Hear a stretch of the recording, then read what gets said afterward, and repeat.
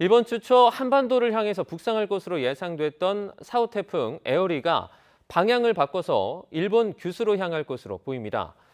일단 태풍의 직접적인 영향은 피할 수 있게 됐지만 이번 주 초반 이 내륙은 참기 힘든 찜통더위가 계속될 것으로 우려됩니다. 취재기자 연결해서 태풍의 전망과 무더위 상황 알아보겠습니다. 정혜웅 기자. 네, 문화생활과학부입니다. 네, 먼저 태풍부터 알아보겠습니다. 우려와 달리 일본에 상륙할 것 같다고요?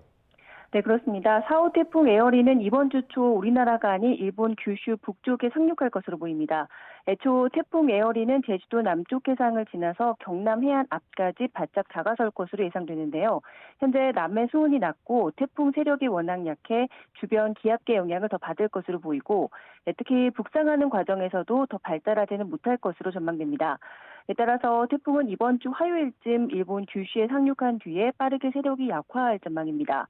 미국과 일본도 비슷한 진로를 예상하고 있어서 현재대로라면 우리나라는 태풍의 직접 영향은 없을 것으로 보입니다. 다만 태풍이 지나는 남해 먼바다를 중심으로 너울성 파도가 높아지고 있어서 조금 전 제주도 남쪽 바깥 먼바다와 남해 동부 바깥 먼바다에 태풍특보가 내려졌습니다. 내일까지 제주도와 영남 해안에는 너울성 파도가 높게 일겠고 해안가에 바람이 다소 강하게 불 가능성이 있어서 주의가 필요합니다. 네, 태풍은 비껴가지만 내륙은 찜통더위가 당분간 계속되죠.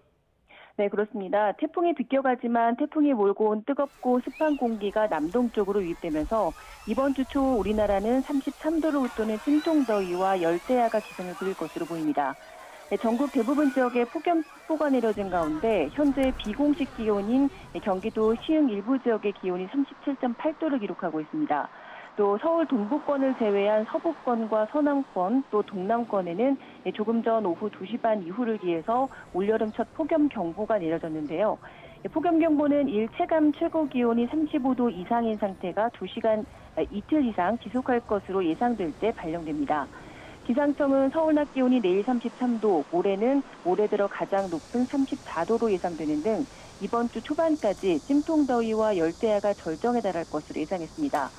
특히 무더위 속에 지난주 온열 질환자가 260명을 넘어서면서 지난해 대비 2배 가까이 많은 상태이기 때문에 열사병 등 온열 질환에 대한 각별한 주의가 필요할 것으로 보입니다. 지금까지 문화생활과학부에서 YTN 정혜윤입니다.